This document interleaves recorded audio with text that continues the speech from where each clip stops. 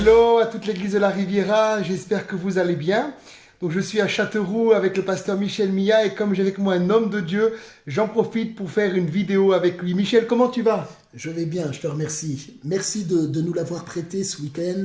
Ça a été un moment béni, un moment très fort dans la présence de Dieu et vraiment que Dieu vous bénisse abondamment et qui multiplie au centuple le prêt de votre serviteur envers Châteauroux. Soyez bénis, bien-aimés, et à bientôt. Merci Michel, merci Michel. Et pendant que je vais juste te poser une ou deux questions Michel. Oui. Je sais qu'on fait le ministère souvent ensemble.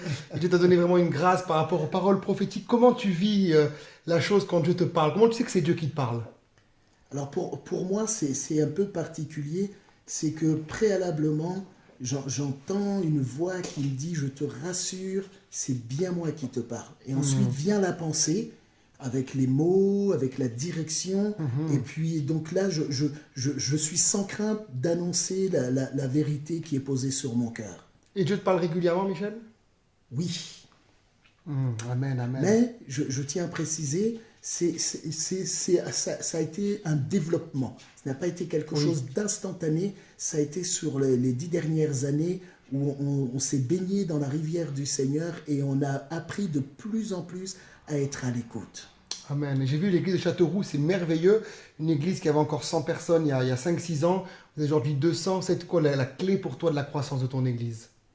Alors j'ai une habitude, bien aimé, vraiment j'ai une habitude. Si lui ne descend pas, rien ne peut se faire. Amen. Mais s'il descend, alors tout devient possible avec Jésus et le Saint-Esprit.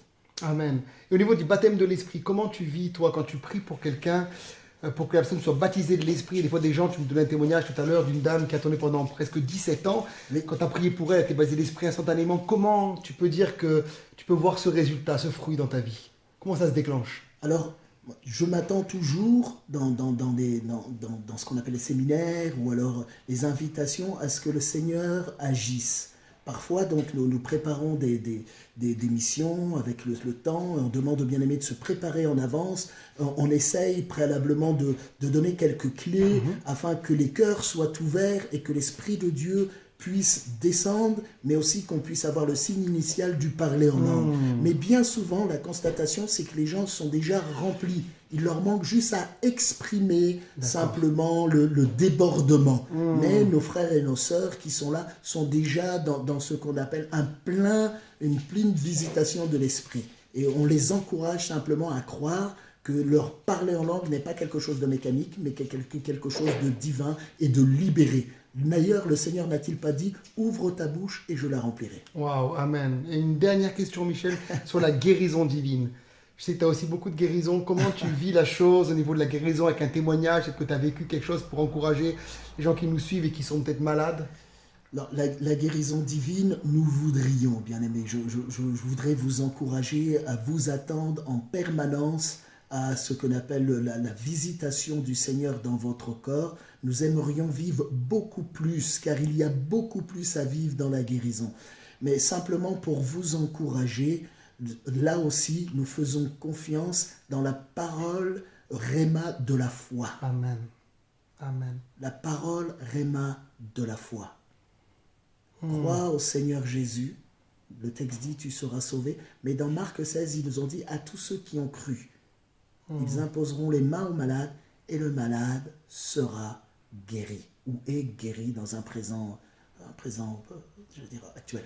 Amen. Voilà. Donc, je veux vraiment vous encourager. Ne perdez pas espoir, ne perdez pas courage. Jésus guérit encore aujourd'hui. Son ministère de guérison n'est pas éteint, n'est pas épuisé. C'est à nous de ranimer cette flamme de foi, de croire que notre Seigneur, dans ce domaine-là, veut nous libérer de l'emprise de la maladie. Amen. Tu voudrais prier une minute pour les gens qui nous regardent, peut-être pour que Dieu les touche dans leurs besoins, Michel. Si tu as des paroles, des choses que je te donne, sens-toi libre vraiment de pouvoir déclarer. Shokaramakata sokar itorosante Christos likototo sakatanatata koroshokotor yasata surimakatata ito karya sakatara shokotoro bababa ito soria baba.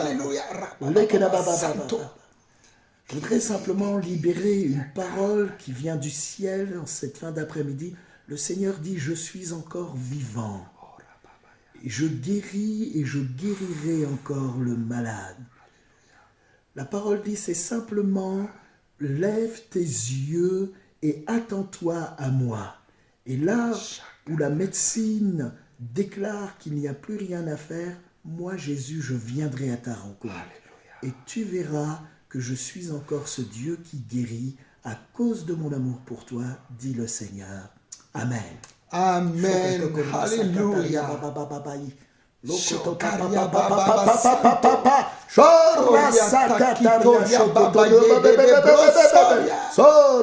Alléluia. Soyez bénis, bien-aimés. Amen, amen. On sent la présence de Dieu là. Il y a quelque chose qui s'est passé. Je le crois. Et si vous êtes vraiment bénis, guéris, envoyez-nous un témoignage. Oui. Vous pouvez liker aussi la vidéo, mettez un commentaire en dessous. Que le Seigneur vous bénisse. On aura avec nous Michel et Léonie au mois de septembre, le 24 et 25 septembre. Ils sont très pris, donc on a dû voir un peu plus loin. Mais ils seront avec nous le 24 et le 25 septembre à Beau Soleil. Que le Seigneur vous bénisse. À bientôt. Merci Michel. À bientôt, bien-aimés. À bientôt.